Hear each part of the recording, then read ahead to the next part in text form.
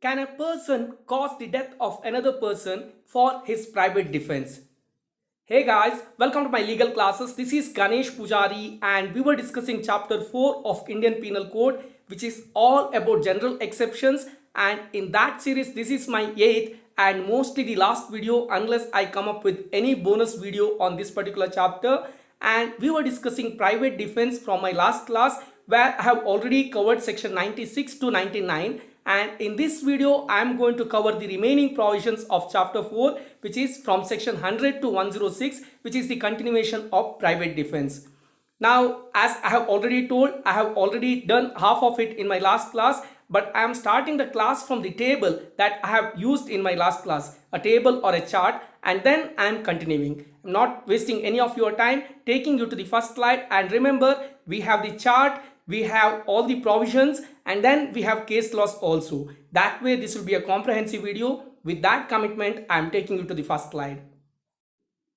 This slide is a repetition slide. I will just brush up in 30 seconds. Section 96 discusses about private defense is not an offense, and section 97 gives a power for private defense for our own body as well as property or the body of the others along with property. And then section 98 gives the defenses available even when act against a person of young age or unsoundness of mind, or the people who is doing under lack of maturity of understanding or under misconception, or the people who have done the act who is intoxicated. All of that is discussed under section 98. And then comes section 99, which is a kind of exception to section 97, where the act is done by a public servant with legal official act, and he has the authority to do so, and who is doing that act in the good faith to his office.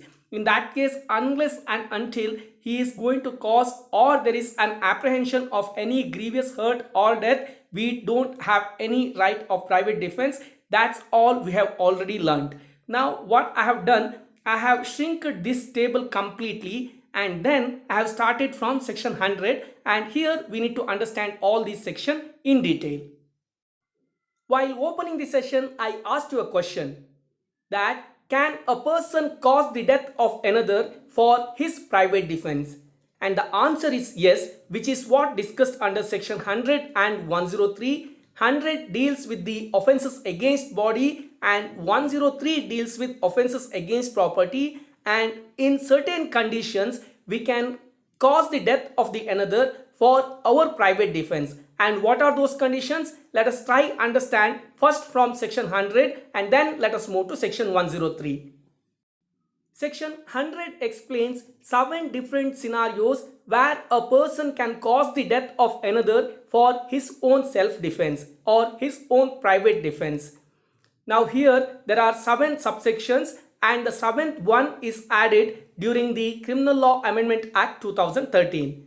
Now the first one says if there is an assault which is likely to cause death, in that case we can cause the death of another for our private defense. Likewise, if there is an assault likely to cause grievous hurt, or if there is an assault done with the intention of committing rape, or if there is an assault with an intention of unnatural lust as we discussed under section 377, or an assault with an intention to kidnap or abduct someone, or an assault with an intention of wrongful confinement, and further the circumstances are going to cause any kind of harm and it is unable to reach the public authorities, and then there is throwing or administrating of acid to cause or apprehension to cause grievous hurt. In all these circumstances, one can cause the death of the another to protect himself, which is covered under right to private defense. When I say cause the death of the another, you can kill another person to protect yourself.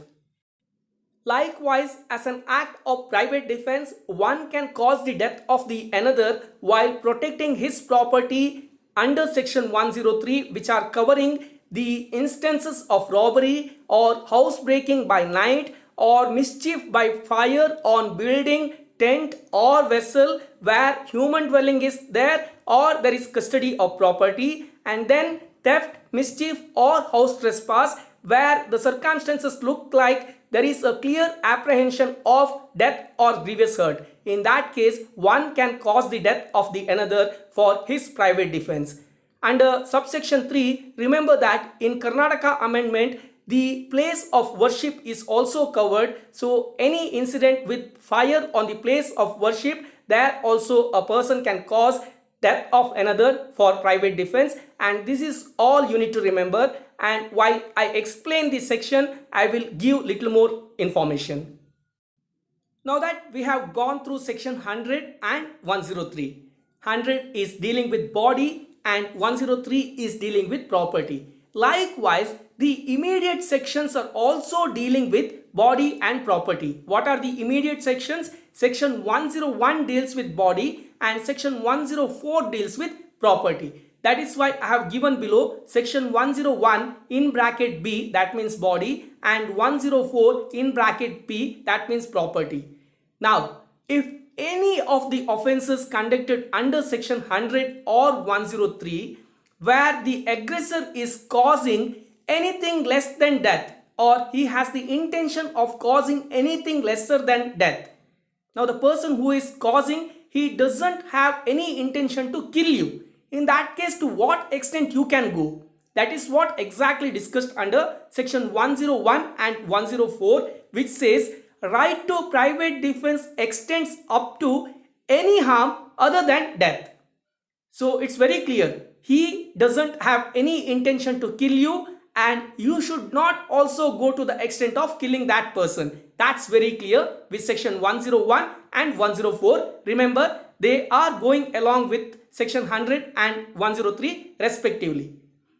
Now, what happens if the act is done by public servant? Immediately section 99 comes into picture. It is an exception to all this section where the act is done by a public servant legally, who has the authority, who is doing that act in good faith to his office or the official uniform, or when he is under official duty. In that circumstances, your right to private defense will not come. However, if he is going to the level of causing grievous hurt or death, then you have the right to private defense. And one more very important thing, that public servant is not having 100% immunity. Remember that if he is doing anything illegal, unlawful act, then he is also not covered. That is a very, very important aspect we need to remember. Public servant is not God. He got power and he has to use it legally, with authority, with good faith, and on his official duty. Only when he is doing such act, in that case he has the immunity. Otherwise, he is just like any other person when he is doing unlawful or illegal activity. I hope that is very clear. Then comes the next two sections. Now you need to clearly remember the sequence of these 6 sections. Now section 100, 101 and 102 are dealing with the offences related to body, and section 103, 104 and 105 are discussing with property, but they have connection. That is why I have segregated my table in this way. Now section 102 and 105 are discussing about start and end of private defense. That means from when your right to private defense come to picture and how long it stays with you or it gives immunity to you. Now it is said very clearly in the act under section 102 and 105, referring body and property respectively, says it starts from the apprehension of danger and it stays with you till the danger is over. Now body, it is very easy, but as far as the property is connected, I am going to explain little more while I am discussing section 105 with the provision. With that, I am moving to the theory part or the provision part. So let's see one by one. Section 100 discusses about 7 different acts against which a person can cause the death of the another, and I have very clearly told subsection 7 was added with the Criminal Law Amendment Act 2013, and there is exception available for section 99, which is related to the act of public servant. Then comes section 101, which discusses about when such right extend to causing any harm other than death. Here what happens? The aggressor or the person who is going to cause you harm, he doesn't have the intention to kill you, or he doesn't have any intention to cause your death. In that case, you should also not cause his death. Instead, you can conduct any other harm on his body. That is what discussed under section 101. And remember, there is again exception for section 99. You cannot do that against a public servant. Section 102 discusses about commencement and continuance of the right of private defense of the body. Now, when it starts with the apprehension of danger. From there it starts and it goes up to the level of the apprehension of danger to body continues. Only when it comes to 0, then you lose the right to private defense. Till then, you will have the right to private defense because the apprehension of danger is available. The next 3 sections are related to property. Section 103 discusses about when the right of private defense of property extend to causing death. I have already explained the 4 scenarios. If it is a robbery or housebreaking by night or mischief by fire committed on any building, tent or vessel, which building, tent or vessel is used as human dwelling or as a place of the custody of property. And then the last one, theft, mischief or house trespass, which have the apprehension of causing death or grievous hurt. In all these circumstances, it can go to the extension of causing the death. Just like section 101, here the person who is causing any of these act, if he doesn't have any idea to cause death to you, you should also not go to the extent of causing his death, and you can cause any kind of harm to him. That is okay. Now section 99 again is an exception under this particular section, and you cannot harm a public servant when he is doing any kind of legal duty with a good faith under his official duty. Section 105 discusses about commencement and continuance of the right of private defense of property.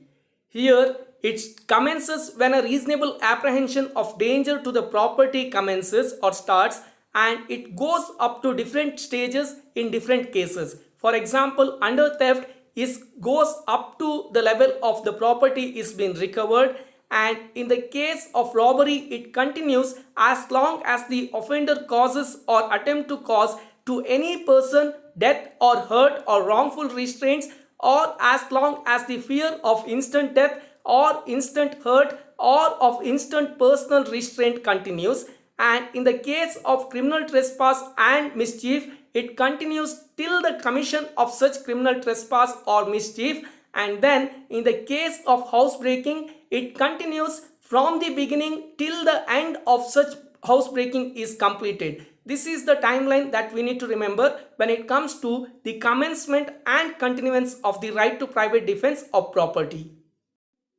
The last section is section 106. Before getting in there, I have a question for you guys. Now, for your protection, can you cause the death of any innocent person?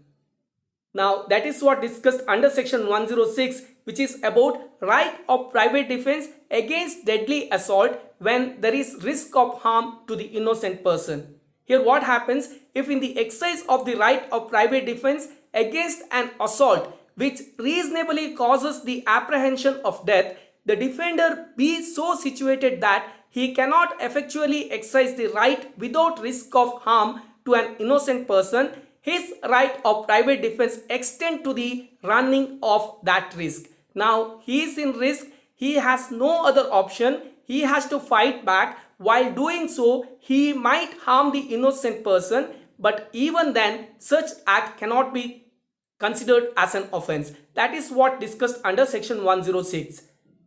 Here there is an illustration which says A is attacked by a mob who attempt to murder him. He cannot effectively exercise his right of private defense without firing on the mob, and he cannot fire without risk of harming young children who are mingled with the mob. A commits no offense if by so firing he harms any of the children.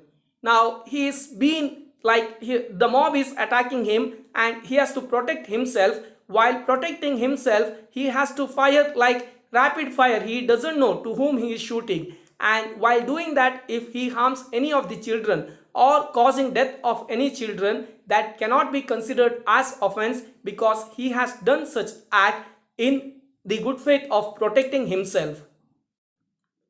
I have four case laws here. Before getting into the first case law, remember we have very clearly understood under section 101 and 104 that the person against us, if he or she doesn't have any thinking of killing us, in that case under private defense, we should not cause the death of them, or we should not exceed the right of private defense.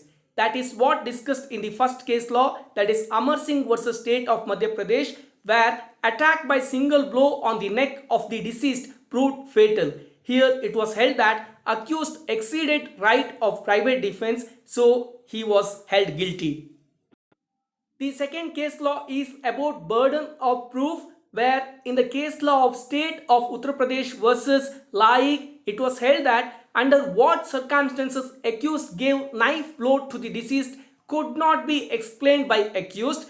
Acquittal on ground of self-defense is not justified because he couldn't give any proof that why he has done such act. Then comes a case law which is an example for section 102 and 105, where we have clearly discussed when the private defense starts and when it ends. It was in the case law of Jaidev versus State of Punjab. The right to private defense comes to an end as soon as the apprehension of such assault of causing death is completely removed. After that, there is no right to private defense because the apprehension is already been removed. That is what we need to remember. Our private defense stays with us, or the immunity under private defense stays with us only till the extent of apprehension is staying with us. After there is no risk, then we cannot use any kind of private defense. That is very clear. The last case law, that is Vishwanath versus State of UP, where there was a husband and wife and they had strained, or they used to quarrel regularly. Their relationship was completely strained. So what did wife do? She left her husband home and came to her father's home and started living with her father and brother. Now one day husband came to their home and tried to abduct his wife, and the brother of the wife, in the attempt of preventing his sister getting abducted, caused the death of her husband. Now the trial court held that the accused is guilty, saying that accused has caused death for abduction simpliciter. That means there is no further intention of causing death. But Supreme Court held that the accused is not guilty, as even abduction in simpliciter is also covered under section 100 subsection 5. I hope you remember subsection 5 of section 100. I have very clearly mentioned in the chart. If you have forgotten, please go back and watch it again. That's all for this particular presentation.